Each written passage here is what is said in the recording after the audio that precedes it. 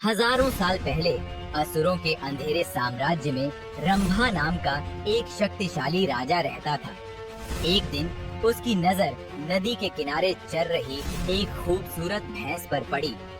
उसकी खूबसूरती से मोहित होकर रंभा ने खुद को एक भैंस में बदल लिया और उसके साथ जंगल में रहने लगा। उनके मिलन से महिषासुर नाम का एक शक्तिशाली और भयानक बच्चा पैदा हुआ। महिषासुर का जन्म एक अनोखे रूप में हुआ था, आधा मनुष्य और आधा भैंसा। महिषा का मतलब भैंस और असुर का मतलब राक्षस होता है। अपनी माँ से जंगली जानवर की ताकत और अपने पिता से राक्षस की दुष्टता के कारण महिषासुर हमेशा बुराई और विनाश करना चाहता था। अमर होने की आशा में महिषासुर ने भगवान ब्रह्मदेव का ध्यान और प्रार्थना करना शुरू कर दिया। बिना भोजन और नींद के अटूट संकल्प के साथ उसने कई वर्षों तक कठोर तपस्या की। धरती कांप उठी, आसमान में अंधेरा छा गया और एक अनंत काल के बाद उसकी प्रार्थनाएं सुनी गई। आखिरकार ब्रह्मदेव उनकी भक्ति से प्रसन्न होकर उसके सामने प्रकट हुए। महिषासुर, मैं तुम्हारी भक्ति से प्रसन्न हूँ। जो चाहो वर मांगो। हे ब्रह्मदेव, मैं अमर होना चाहता हूँ। यह असंभव है। जो भी पैदा होता है उसे मरना ही पड़ता है। यही ब्रह्मांड का नियम है। महिषासुर ने कुछ देर सोचा और कहा, हे प्रभु, क्या आप मुझे ऐसा वरदान दे सकते हैं कि मैं किसी मनुष्य या देवता के हाथों न मारा जाऊं?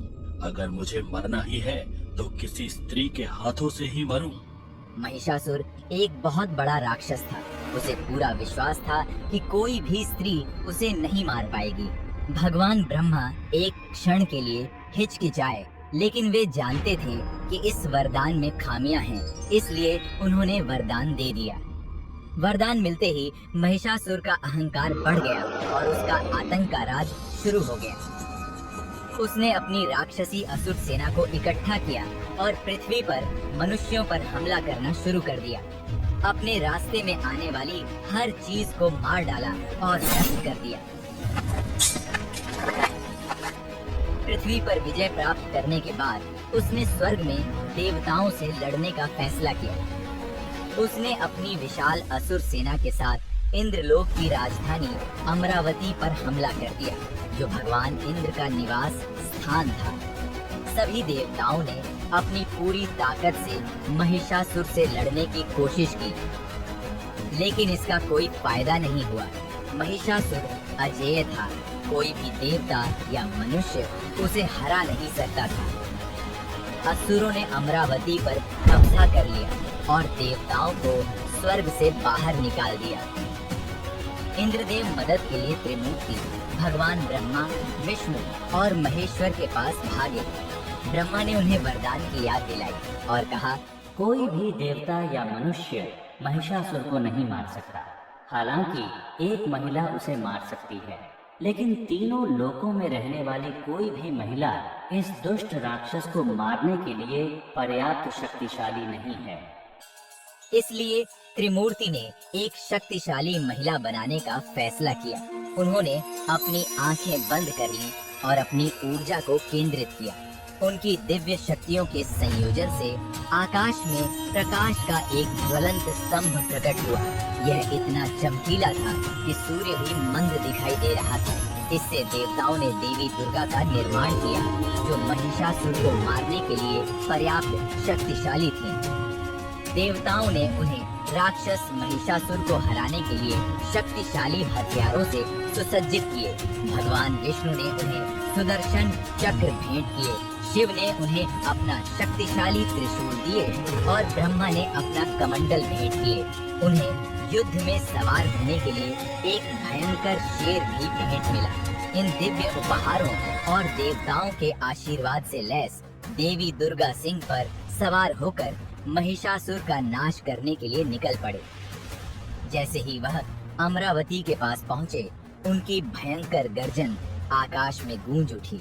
पहाड़ कांपने लगे और समुद्र ऊंची ऊंची लहरों से भर गए।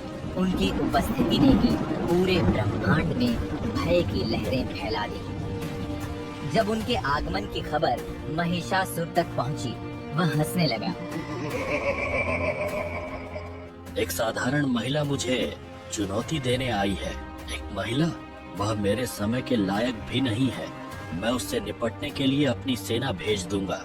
वे उसे वैसे ही कुचल देंगे जैसे वे बाकी सभी को कुचलते हैं।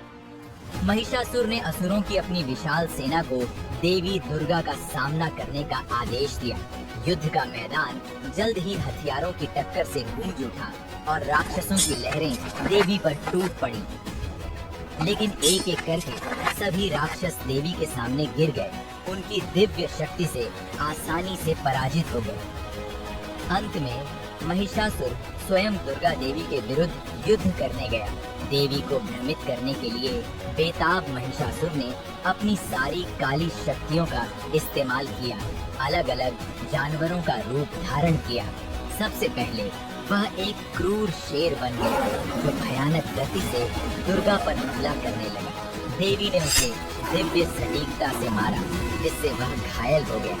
आत्मसमर्पण करने से इनकार करते हुए वह एक विशाल हाथी में बदल गया और उनकी ओर गरजने लगा। एक बार फिर दुर्गा ने अपने हथियारों से जवाबी हमला किया, जिससे वह गंभीर रूप से घायल हो गया। देवी दुर्गा और महिषासुर के बीच 9 दिनों तक भयंकर युद्ध चला। 10वें दिन महिषासुर एक विशाल भैंसे में बदल गया और दुर्गा देवी के पर हमला किया। लेकिन दुर्गा मां तैयार थे। एक तेज और शक्तिशाली चाल के साथ उन्होंने उसे अपने त्रिशूल से मार डाला, जिससे उसका आतंक का राज खत्म हो गया। महिषासुर पराजित हुआ और देवता स्वर्ग में अपने घरों को लौटते हुए खुशी से झूम उठे। उस दिन से देवी दुर्गा की नवरात्रि के दौरान पूजा की जाती है, विशेष रूप से 9वें दिन, जब उन्हें महिषासुरमर्दिनी के रूप में पूजा जाता है।